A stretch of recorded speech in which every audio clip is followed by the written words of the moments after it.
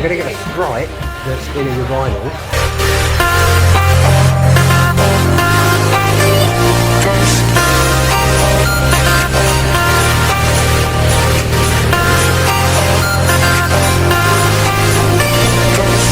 And there's even a chocolate food.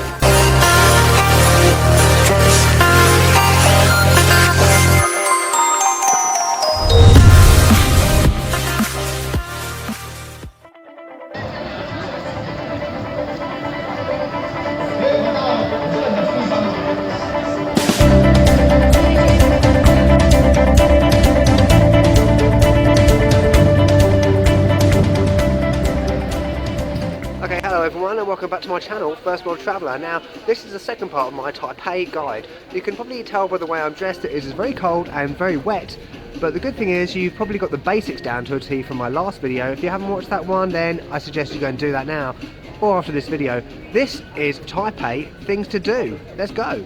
Okay, so keeping up with the trend of doing new things in my videos, like learning Mandarin, it struck me that I haven't really covered food in any of my videos really, apart from once or twice. And the main reason for that is because I usually react very bad to any food that pretty much isn't Scotch eggs or scampi fries from a pub in England. But I'm going to come out of my comfort zone here in Taipei and try a few different things. Also, if you like I'm a Celebrity, Get Me Out of Here, this is actually what is going to be called I'm a First World Traveller, Get Me Out of Here. You'll see why in a second.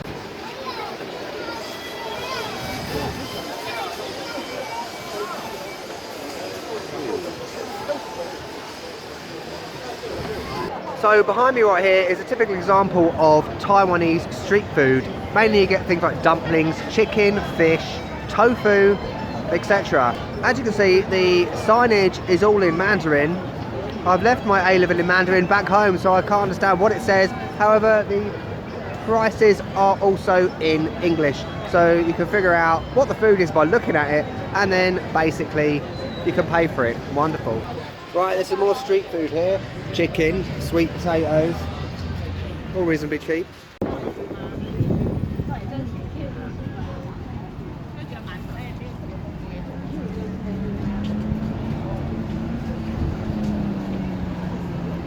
So this is cool, 4 little pretend VW Beetle things selling pancakes.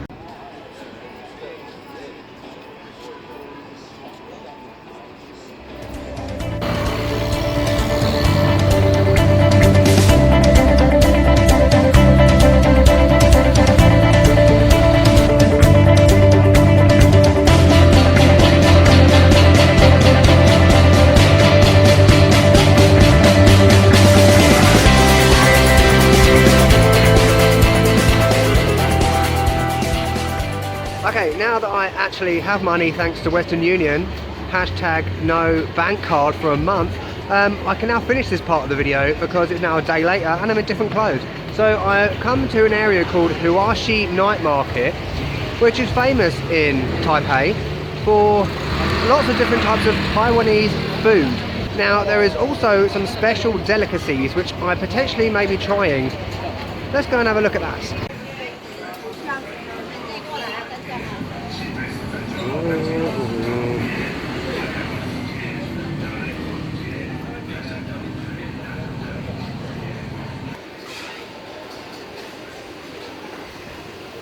Okay, the food is starting to get a little bit more interesting. I think that was pig's trotters. Okay, there's lots of seafood right there. Excuse the lighting. Okay, I found somewhere that sells fresh eel and fried eel noodles. Let's go and have a look.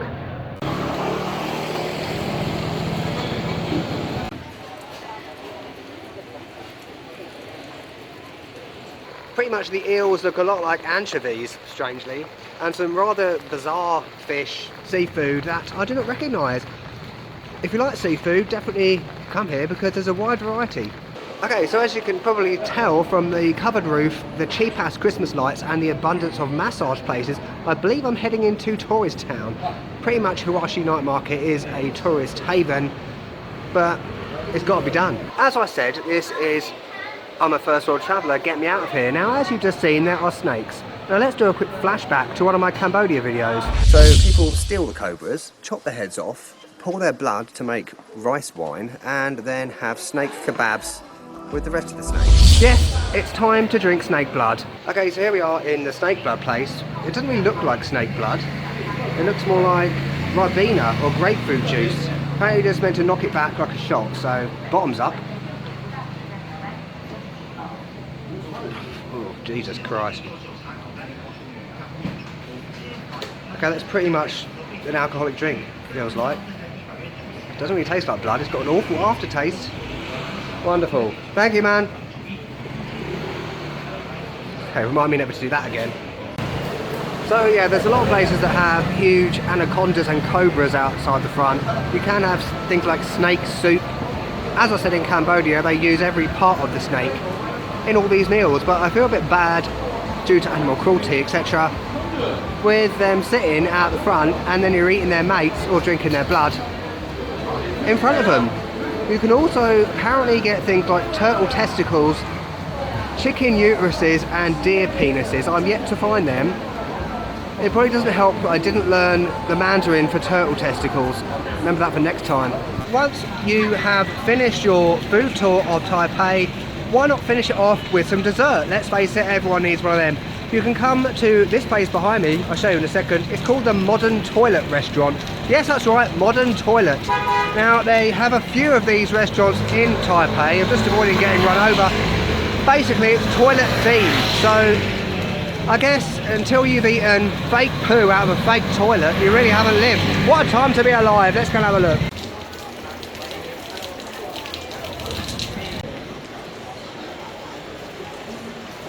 Okay, let's go in the toilet place. There's tombs on the wall, and I can see a massive toilet above me. I'm just having some ice cream, by the way.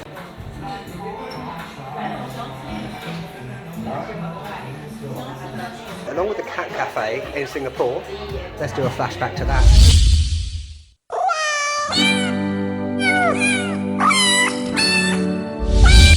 This is one of the strangest things I've ever done, because as you can see on the table, there's a little bowl with a turd in it. I'm going to get a Sprite that's in a urinal, strawberry ice cream. I don't want to get chocolate. I don't know what it might actually be. Yeah, so you can eat out of a toilet, eat out of a urinal. Pretty much what I've come travelling for. And as you can see, you can sit on the bog while eating your turd out of a bog. Wonderful. I'm now drinking Sprite out of a urinal. I've never seen a urinal that looks like this.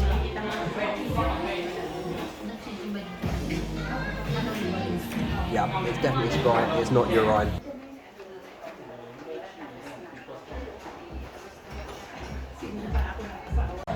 So I don't know how I'm going to eat this because it is massive and I'm eating it out of a urinal.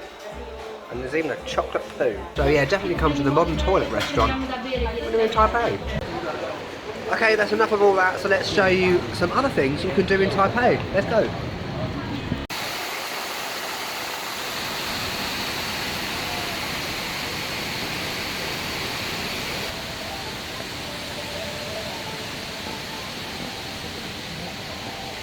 Okay, behind me is Longshan Temple. If I just get the umbrella out of the way and get wet for a second, you can see it. There we go. Very impressive. Now, it's a Buddhist, Chinese and Taoist temple dating back many years ago, and it has inside it statues of various ancient deities, people that people worship basically.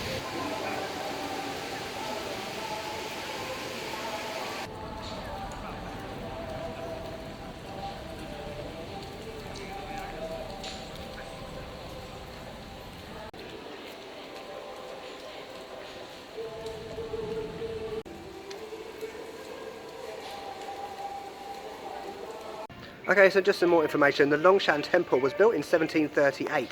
However, it was rebuilt in 1919. It's divided into 3 separate halls where there are various statues, and you'll see people worshipping with incense again, similar to when I was in Hong Kong. It's slightly a bit of a tourist trap, I believe, because there are actual shops in the temple, which is a bit bizarre. However, and I'm not sure what that I'm a little teapot shortened, whatever the word is about. Okay, clearly the #1 thing to do in Taipei is attend the 17th, not the first, 17th Worldwide Handshake Competition. sorry, not competition, event. There's basically a picture of a load of what I can only assume a schoolgirl shaking hands with people, maybe a record attempt. So put this on number 1 in your things to do in Taipei.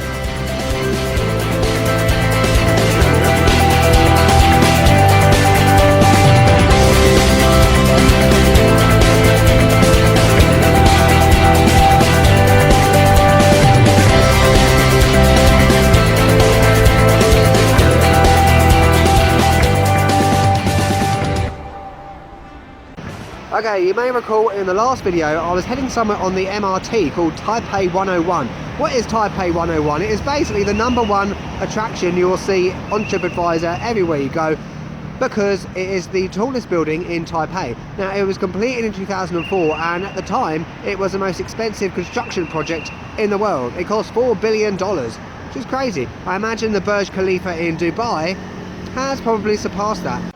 Okay, here we are at the Taipei 101 Observatory. Let's go up.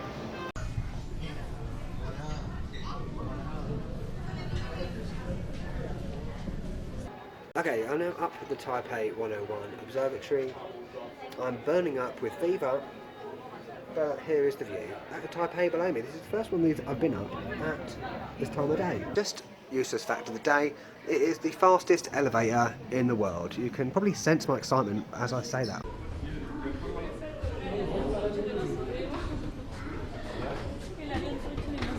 Right, so just when I thought this was the most uninteresting place I've ever been, I found this. You might think there's a big ball in the middle of the tower. It is a wind dampener, which is made of 41 layers of steel and prevents the tower from swaying in the wind by up to 40% less. So here's a closer look at this damper. It's like something out of Doctor Who. Crazy. Okay, that brings to an end my little tour of Taipei. There's a lot more things you can do in Taipei, so I suggest you come yourself to have a look. So if you've enjoyed Taipei basics and Taipei things to do, make sure you do the like underneath this video, leave a comment as well, and make sure you subscribe by clicking on that little red thing down there, which will lead you to the button subscribe, and also press the bell so you will get a notification next time I upload a video, which by the way will be coming from Seoul in South Korea. So I'll catch you later.